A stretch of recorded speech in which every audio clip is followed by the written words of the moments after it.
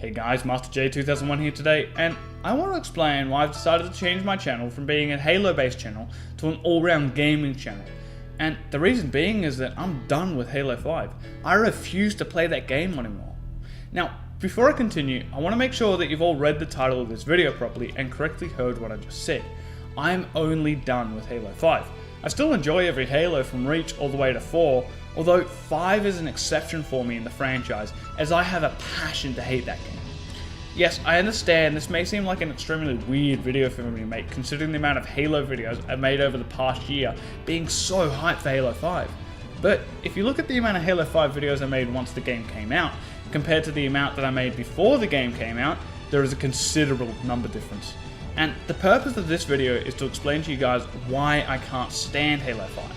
Now, before I begin, I should clarify two things. One, I'm not making this video to deter people from playing Halo 5, more pointing out why I don't like this game and how 343 has manipulated so many of the die-hard Halo fans. And two, despite all the issues I'm about to present to you, that's not to say that I didn't have some fun in Halo 5. So, without any further ado, let's begin.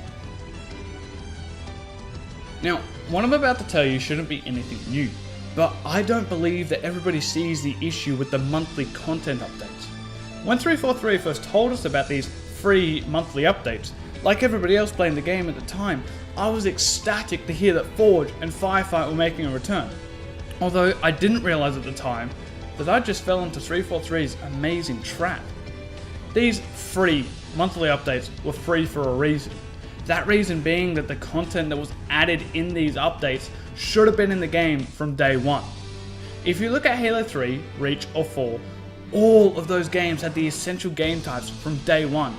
Given there still was development for the game's post-release, but this development was mainly for bug fixes and DLC that would add to the game's experience. Unlike Halo 5's DLCs, where they were added to finish the game instead of add to the game.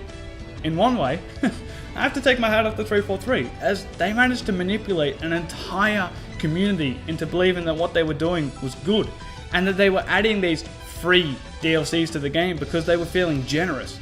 Trust me, there is no game company that suddenly feels generous for their community and starts to give out free content that could be making them $15+ on each DLC installment. Given, game companies do listen to their community so that their games will appeal to them. Although if the changes being requested are going to be too costly, then they more than likely aren't going to become a reality. Think about it. Games aren't primarily made for people's enjoyment. They are to some extent, but the main purpose of a company developing a game is so that they can make profit off of it. Thus, the reason for huge increases in AAA titles containing microtransactions and a random number generated progress system. So, given what I just told you, why the hell would 343 start to give us free DLC?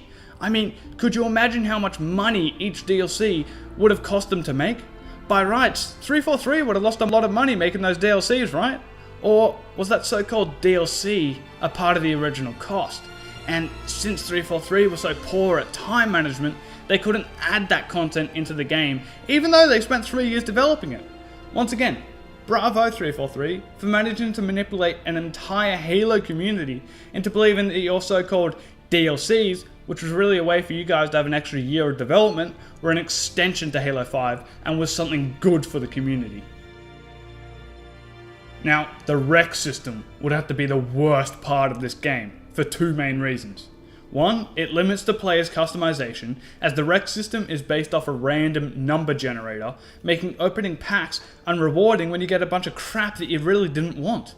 Two, the system is broken, meaning the only way you can get things you want is by throwing your wallet at the TV, and even then there's still a slim chance that you'll get what you want. Let's look back at Halo 3, Reach and 4 once again. In these games, you could customize your Spartan to make it look like your Spartan, and it would have the exact look that you wanted. You could progressively unlock different pieces of armor by completing achievements or in-game challenges. This allowed you to set goals for yourself so that you could unlock the piece of armor that you wanted to customize your Spartan with.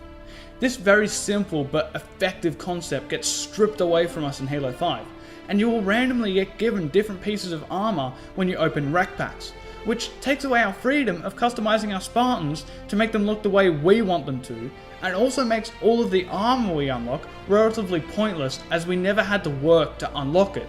It just gets given to us via a random number generator.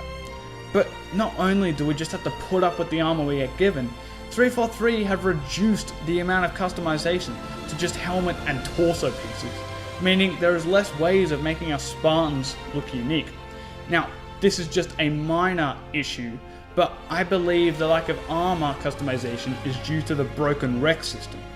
And I think 343 knows that the Req system was bound to fail when they developed it, and considering the lack of attention being paid to its flaws, it seems to me that having this broken system is almost a godsend to them, as so many more people are starting to pay actual money to get the things they want. Hell, 343 definitely know how broken the system is, as they started to encourage people to buy their way around its flaws by introducing the month of Mythic. In fact, it wouldn't surprise me if they introduced Mythic armor packs, where if you fork up $10 to $15, you can get a guaranteed Mythic set of armor. You see, if 343 bothered to address the issues of the Req system and tried to at least attempt to fix them, then I wouldn't have a problem. Although instead they figured to go the easy way around things and encouraged microtransactions. Now, don't get me wrong, I've loved all the Halo campaigns, apart from Reach, but hey, I still slightly enjoy it.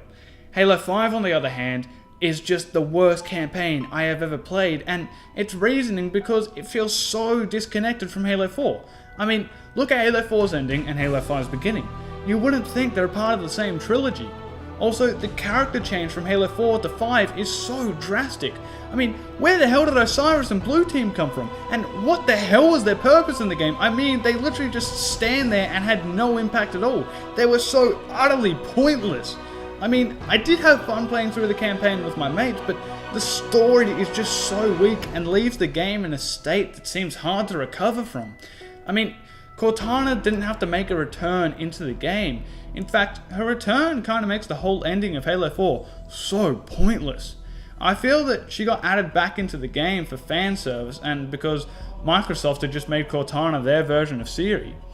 If the story and characters were better fleshed out, I more than likely would have enjoyed myself when playing the game, but instead I felt so lost trying to follow the story and really couldn't care less about any of the characters, which, to be honest, is a real shame because I reckon if they made a better contrast from the characters in Halo 4 to 5 and fleshed them all out a lot better, I would have had the same experience I had from Halos 1 through to 4 and really cared about everything that was happening, but nothing grabbed my attention in that game at all. I just felt like I had to go through and shoot a bunch of Prometheans and Covenant for no reason whatsoever. Now, this will be the last thing I talk about, and I'll wrap up the video after I discuss this point, but this is the thing that annoys me most about Halo 5, and that was its advertising. And it's a real shame because the advertising for Halo 5 was fantastic. I still remember 2013, being grade 6, I finished my day at school, went out the front waiting for mum to pick me up, got on my phone and saw a trailer on Halo Followers channel named Halo V Trailer. I couldn't believe it. From that moment onwards, I was so hyped for Halo 5. The trailers and adverts were just getting better and better from there on in. And then, Hunt the Truth launched. The audio logs and trailers that started to pop up, the puzzles and all the interactive things that the community could participate in was awesome. 343 had set up this tremendous story where the chief had turned into some sort of traitor and he'd gone AWOL, resulting in the UNSC hiring a hitman to go and hunt him down. That hitman being Locke. The trailer's building hype around this rivalry between Locke and Chief. It was awesome. Then Halo 5 launched. I was so ready to hop back into Chief's shoes once again and kick Agent Locke's ass. But what I played versus what the trailers were advertising were two completely different games. I felt so misled when I finally finished Halo 5's campaign. I was ready to play Halo 5, and 343 shipped a completely different game compared to what they were advertising it to be. I was disgusted in what 343 had done, falsely advertising a game to get so many people hyped about it, and then destroy all of that hype by making a completely different game. And after seeing what 343 did with Halo 5, I'm skeptical to buy Halo Wars 2 or even Halo 6 because I can't trust 343 to advertise the games properly anymore.